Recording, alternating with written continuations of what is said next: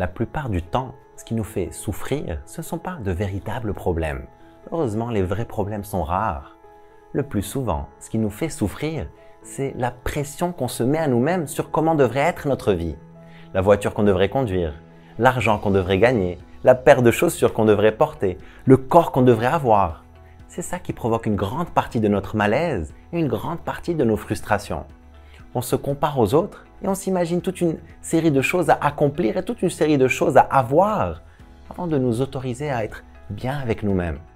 Dès que j'ai la belle voiture, j'aurai réussi et je pourrai être heureux. Dès que je déménage dans le bon quartier, dès que mon affaire fonctionne. On souffre d'une définition de la réussite qu'on croit nôtre, alors qu'en réalité, c'est la société et les médias qui nous l'ont installée dans nos têtes. On nous a subtilement manipulés pour croire qu'il faut cocher certaines cases avant de pouvoir être bien avec soi-même, qu'il faut atteindre des objectifs pour être fier de soi, qu'il faut avoir pour être aimé et respecté. Détrompe-toi, jamais obtenir quelque chose n'a rendu heureux qui que ce soit. Peu importe le nombre de médailles que tu gagnes, ou le physique que tu te tailles, ou la quantité d'argent que tu génères, ou même le nombre de followers que tu atteins. Oui, ça peut t'exciter l'espace d'un instant, mais ça ne va pas te rendre heureux. Et ce que je dis ne peut pas te surprendre, c'est quelque chose que tu sais déjà. Tu ne cesses d'en faire l'expérience. Combien de choses tu voulais pour ta vie il y a 4 ans ou 5 ans? Aujourd'hui, tu les as, et non seulement tu n'es pas plus heureux pour autant, mais aussi tu ne leur accordes plus aucune importance, n'est-ce pas? Libère-toi de cette pression que tu t'infliges à toi-même. Tu n'as pas besoin de cette souffrance inutile.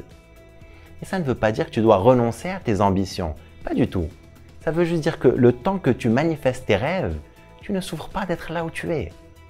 Ça veut dire aussi que tu comprends que ta valeur n'est pas liée à la taille de ton portefeuille ou au nombre de likes sur tes posts, mais plutôt à qui tu es et comment tu te montres dans ce monde. La réalité, c'est qu'on n'est que de passage dans cette vie. Et au moment du départ, je t'assure que ce n'est pas la voiture que tu auras dans ton garage qui va le plus compter. Ta vraie richesse, c'est ton expérience de vie. Qui tu es, qui tu as aimé, qui tu as aidé. Le bonheur ne se cache pas dans une case que tu dois cocher ou une destination que tu dois atteindre. Le bonheur, tu vas le trouver dans le progrès tout le long du chemin. Le bonheur, tu vas le trouver dans ta contribution à cette planète.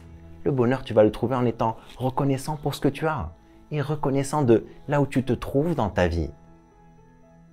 Au lieu d'être frustré par ce que tu n'as pas, focalise plutôt en ce que tu peux faire avec ce que tu as. Je t'encourage à vivre une vie extraordinaire. Vive al-Hayat!